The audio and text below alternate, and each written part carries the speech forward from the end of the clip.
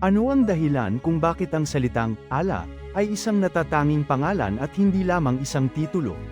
Sa maraming diskurso, lalo na sa pagitan ng Kristyanismo at Islam, madalas na ipinapalagay na ang salitang Allah ay simpleng salin lamang ng salitang Diyos. Gayunman, ang ganitong pananaw ay hindi sapat upang ipaliwanag ang natatanging katangian ng pangalang Allah. Sa wikang Arabo, malinaw ang pagkakaiba ng pangkalahatang katawagang Ilah at ng pangalang Allah. Ang Ilah ay maaaring gamitin para sa anumang sinasamba, totoo man o huwad, at may anyong maramihan na Allah.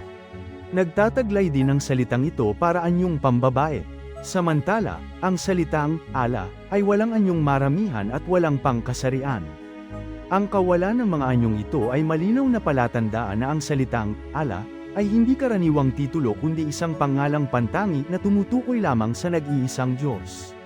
Mahalaga ring bigyang diin ang pinagmulan ng salita. Sa pananaw na lingwistiko, ang salitang Allah ay nagmula sa pagsasanib ng al na nangangahulugang ang at ila na nangangahulugang Diyos. Subalit, sa aktwal na paggamit, ang salitang ito ay hindi na nananatiling pariralang ang Diyos, kundi naging iisang buo at natatanging pangalan. Hindi ito maaring gamitin upang ilarawan ng sinumang sinasamba kundi sa tanging Diyos lamang na walang katambal, walang anak, at walang pinagmulan. Dahil dito, ang Allah ay hindi maaaring ilapat sa tao, anghel, o anumang nilalang, at hindi rin ginagamit para sa mga Diyos-Diyosan. Ang eksklusibong kahulugan ng Allah ay malinaw sa pananaw ng Islam. Ayon sa Quran, ipinahayag na ang Allah ay iisa, hindi isinilang at hindi nangangana, at walang anumang maihahambing sa Kanya. Ang ganitong paglalarawan ay hindi simpleng pahayag tungkol sa isang Diyos sa marami, kundi isang malinaw na deklarasyon ng natatanging pagkakakilanlan ng Diyos. Ang Allah ay hindi isang konsepto lamang kundi pangalan na may malinaw na kahulugan at hangganan. Sa usaping pangkasaysayan, mahalagang linawin na ang paggamit ng pangalang Allah ay hindi nagsimula sa Islam. Bago pa man ang panahon ni Muhammad, ginagamit na ng mga Arabong Kristiyano at Hudyo ang pangalang Allah upang tukuyin ang nag-iisang Diyos. Hanggang sa kasalukuyan, ang mga Kristiyanong Arabo ay tumatawag pa rin sa Diyos bilang Allah sa kanilang mga panalangin at pagsamba. Ito ay patunay na ang Allah ay hindi pangalan ng isang partikular na relihiyon kundi isang sinaunang pangalan ng Diyos sa wikang Arabo. Higit pang pinatitibay ang katangiang ito ng salitang Allah sa pamamagitan ng paghahambing sa iba pang wikang Semitiko. Sa wikang Aramaic, na siyang wikang ginagamit ni Jesus, ang katawagang Elaha ang ginagamit na katumbas para sa katawagang nag-iisang Diyos. Sa wikang Hebreo, ginagamit ang El at Eloah, habang sa wikang Syriac ay Allah. Ang pagkakahawig ng mga salitang ito sa Allah ay hindi aksidente. Ang mga ito ay nagmumula sa iisang ugat na tumutukoy sa iisang Diyos na sinamba nina Abraham, Moises, at Jesus. Dahil dito, mali ang palagay na ang Allah ay ibang Diyos, sa halip, ito ay parehong Diyos na tinutukoy sa iba't ibang wika.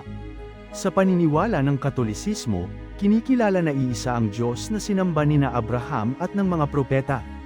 Gayunman, madalas na ginagamit ang salitang Diyos bilang isang pangkalahatang titulo o katawagan na maaaring lagyan ng iba't ibang paglalarawan, kabilang ang mga konseptong teolohikal na hindi tinatanggap ng Islam, gaya ng pagka-Diyos ni Jesus at ng Trinidad. Mula sa pananaw ng Islam, ang ganitong mga paglalarawan ay lumilihis sa dalisay na pagiging isa ng Diyos. Ang paggamit ng pangalang Allah ay nagsisilbing pananggal laban sa ganitong paglihis, sapagkat ito ay mahigpit na nakaugnay sa ideya ng ganap na pagiging isa at kawalang katulad ng Diyos. Sa ganitong diwa, ang salitang Allah ay hindi lamang isang salitang kasing kahulugan ng salitang Diyos. Ito ay isang pangalan na may malinaw na katangian, nilalaman, hangganan, at kasaysayan. Ang kawalan nito ng anyong pangmaramihan at pangkasarian, ay nagbibigay dito ng eksklusibong kahulugan, ang sinaunang paggamit nito bago pa ang Islam, at ang malinaw na kaugnayan nito sa iba pang wikang Semitiko ay pawang patunay na ang salitang Allah ay isang natatanging pangalan.